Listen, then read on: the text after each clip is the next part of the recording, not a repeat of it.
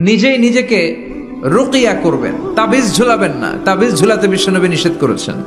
যে তাবিজ ঝুলায় আল্লাহ তাআলা ওই তাবিজের উপর তাকে ন্যস্ত করে দেয় আর বলে আমার রহমত তোর থেকে তুলে নিলাম, দেখি তোরে কে বাঁচায়। এজন্য আজ থেকে তাবিজ যা আছে ছিঁড়ে ফেলবেন। আল্লাহ সহি সমঝ দান করো। তো তাবিজ যারা পড়েন ছিঁড়ে ফেলবেন আজকে। রাজি আছেন তো? ছিঁড়ে কি করবেন? সূরা ফাতিহা পড়বেন, পড়ে ঝাড়ফুঁক চলবে আজকে থেকে। ঝাড়ফুঁক করা সুন্নাহ।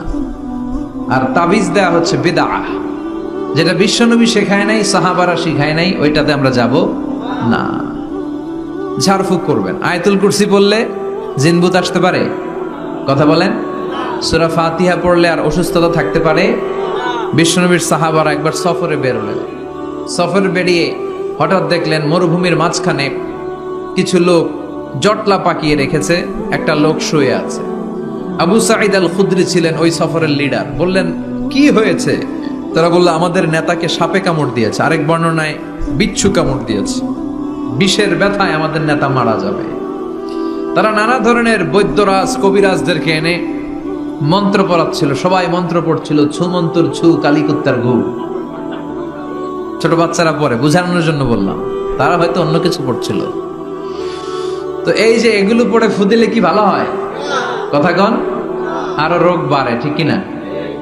বাচ্চার হাতে 2টা, গলায় 3টা, কোমরে 4টা, এগুলোর ওজনেই তো বাচ্চা অসুস্থ হয়ে যাবে। কথা বুঝতে পেরেছেন? আবার কোমরে লাগায়, এটারে কি বলে? কাইতন। কি কয়? তাগা। চাচাই বলতেছে তাগা। তাগা টাগা লাগাবেন না। সূরা ফাতিহা পড়ে আজকে থেকে ফু দিতে হবে। আমার মাইকের আওয়াজ নিশ্চয়ই শহরের অনেক দূর যাচ্ছে। মায়েরা, বোনেরা শুনে রাখবেন, অসুস্থ আপনি সূরা ফাতিহা পড়ে ফু দেন। বিশ্বনবী রাতের বেলায় বিছানায় যাওয়ার আগে সকাল সন্ধ্যা 3 কুল পড়ে হাতে ফু দিতেন। এরকম 2 হাতটা একসাথে করে এখানে ফু দিয়ে মাথা থেকে শুরু করে মেসেজ করতেন পা পর্যন্ত, দেহের যতটুকু জায়গায় যায়। সূরাতুল ইখলাস, সূরাতুল ফালাক, সূরাতুন নাস, এই 3টা সূরাকে একসাথে বলে কুল আস-সালাসা, মানে 3 কুল। কি বলে? এই 3 কুল পড়ে না, যায় লিটন দেওয়ানের কাছে। কই যায়? লিটন দেওয়ান কিছু করতে পারে? তারপর হাতের রেখাতে অনেকে ভাগ্য বলতে চায়, এটা ভুয়া কথা। এই হাতের রেখায় কোনো ভাগ্য থাকে না। আপনারা শুনলেই কিছু মানবেন না, আপনারা কোরআন হাদিস দিয়ে যাচাই করবেন, দলিল খুঁজবেন। কি খুঁজবেন? দলিল। 1.5 কাঠার একটা জায়গা কুমিল্লা শহরে কিনবে, এটার দলিলটা ঠিক আছে কিনা দেখার জন্য পাগল হয়ে যায়।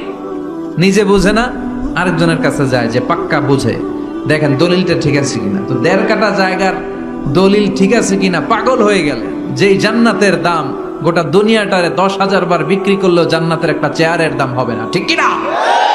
তো ওই জান্নাত আপনি পাবেন যেই আমল করে, ওই আমলের দলিল লাগবে না?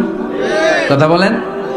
তবে বিনয়ের সাথে, কারো কাছে যখন দলিল চাবেন বিনয়ের সাথে আগে বুঝে নিবেন কার সাথে কথা বলতেছেন। You have to know who you are talking with, you don't know who you are dealing with. অনেকে জানে না কার সাথে কেমন করে কথা বলতে হয়। এজন্য আমি বলি যে জাননেওয়ালার উপরও জাননেওয়ালা আছে। তোমার অনেক পড়তে হবে, অনেক জানতে হবে, তাহলে তুমি সব বুঝবা, ঠিক কিনা? তো আমরা ঝাড়ফুঁক করব। আবু সাঈদ খুদরি বলল এই ছুমন্তর সু কালিকুত্তার ঘু, এটাতে কিছু হবে না। আমার কাছে এমন জিনিস আছে, এটা দিয়ে ফু দিলে ভালো করে দেয় কে?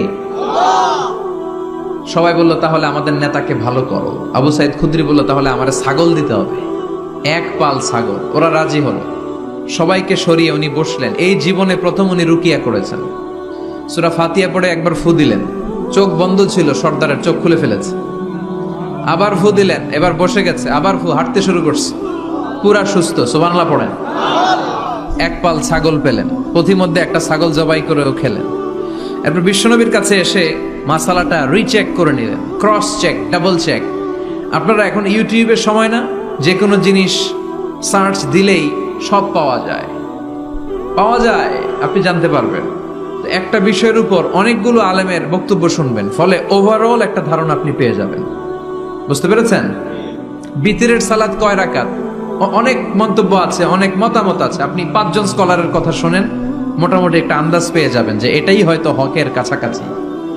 গোড়ামি করা যাবে? ইসলামে গোড়ামি নাই। ইসলামের সৌন্দর্য হচ্ছে আত-তাইসির, simplicity is the beauty of Islam. সহজীকরণ হচ্ছে ইসলামের সৌন্দর্য।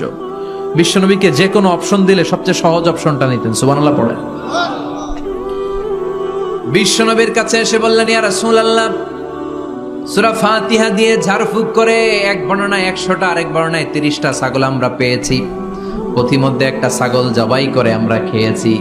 এই যে কোরআন দিয়ে ফু দিয়ে আমরা ছাগল আনলাম, খাইলাম, এই ছাগল নেয়াটা জায়েজ হয়েছে কিনা বলেন। মাসালা ক্রস চেক করতে আসছে, ডাবল চেক, দেখে বিশ্বনবী কি বলে। বিশ্বনবী বলেন জায়েজ হয়েছে মানে কোরআনের দাম বাড়ায় দিয়ে আসছিস বেটা। আল্লাহু আকবার। কোরআনের দাম তোমরা বাড়িয়ে দিয়ে এসেছো। 30টা বা 100টা ছাগল যাই পাইছো তোমরা, ভাগ বটোয়ারার পরে 2-1টা থাকলে আমারও দিও। তো এটাকে বলে সূরাতুশ শিফা। কোরআনের ভেতরে শিফা দিয়েছে কে?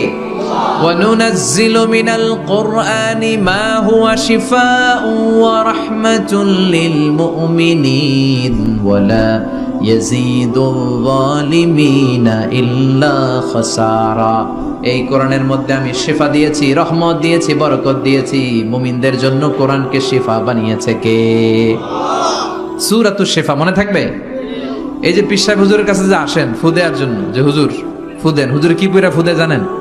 আজকে গোমর ফাঁস করে দিয়ে যায় হুজুরের, সূরাতুল ফাতিহা পড়ে ফু দেয়। হুজুরের কাছেও আইসেন, আপনারাও ফু দিয়েন, নিজেরাও দিবেন। সবসময় যে হুজুরের কাছ থেকে নিতে হবে তা না, আব্বা আম্মার কাছ থেকে নিবেন। 2 গ্লাসে পানি, পৃথিবীর সবগুলা পীর সাহেবরে বললাম হুজুর এই গ্লাসে একটু ফু দেন, হুজুর আমার ফু দিয়ে দিল। আমার আব্বা উনি আরেক গ্লাসের পানির মধ্যে ফু দিয়ে দিল। মুহূর্তের মধ্যে আমার আব্বার ফুটা কাজে লেগে যাবে। গোটা পৃথিবীর পীর সাহেব একদিকে, বাবা মার দোয়া আর ফু আরেকদিকে, ঠিক কি না? তো এই জন্য সূরাতুল ফাতিহার এক নাম হচ্ছে সূরাতুশ শিফা। কি নাম? সূরাতুশ শিফা। আবার এই সূরার আরেক নাম হচ্ছে সাবউল মাসানি, নিত্য পাঠনীয় সপ্তবাক্য। নিত্য পাঠনীয় সপ্তবাক্য, যেই সূরাটা প্রতিদিন পড়া হয়।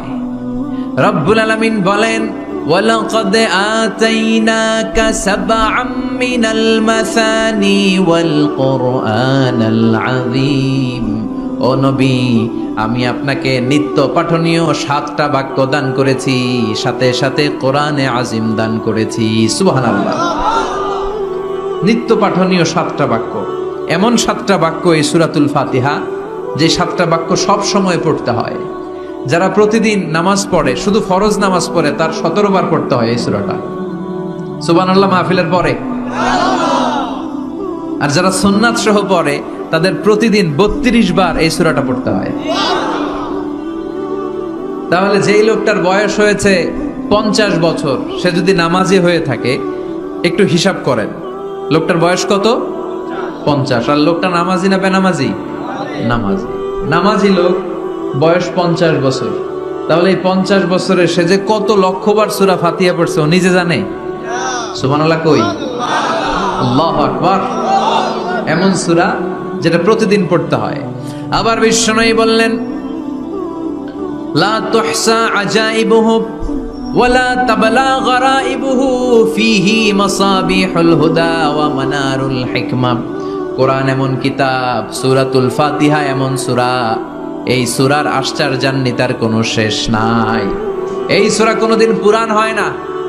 যাদের 80 বছর বয়স, কত কোটিবার আপনি সূরা ফাতিহা পড়ছেন? বুকে হাত দিয়ে বলেন তো, কখনো কি আপনার মনে হয়েছে যে প্রত্যেক দিন নামাজটা শুরু করলে এই সূরাটা দিয়ে শুরু করতে হয়? কত কোটিবার পড়লাম, আর ভাল লাগে না, পুরান পুরান লাগে। বুকে হাত দিয়ে বলেন, দাঁড়ান একজন, যে হুজুর আমার কাছে আর ভাল লাগে না, সূরাতুল ফাতিহা পড়তে পড়তে এটা পুরান লাগে, কালকে থেকে কুল ফল্লা দিয়ে শুরু করুন। এরকম ডাকাইতে আছে কেউ? নাই। কারণ কোরআন কখনো পুরান হয় না, যতই পড়ি ততই নতুন। চিল্লায় পড়েন আল্লাহু আকবার। এজন্য বিশ্বনবী বললেন, ও উম্মতেরা শোনো, 60টা আয়াত বিশিষ্ট এই সূরাটাকে দেখতে ছোট মনে হয়, সবার মুখস্থ, প্রত্যেকের কলিজার ভেতরে আছে। তোমাদের কাছে সাধারণ মনে হয়, সূরাটা সাধারণ না, অসাধারণ করে সূরাটারে নাজিল করেছে কে?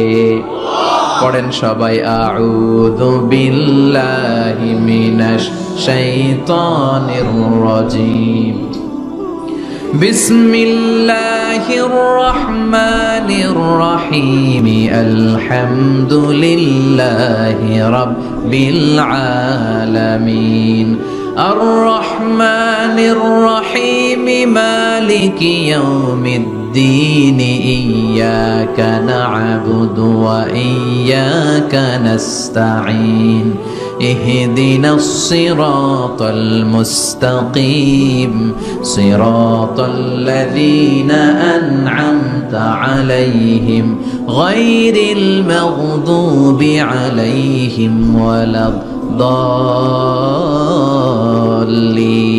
চিল্লায় পড়েন আমিন আর জোরে আমিন।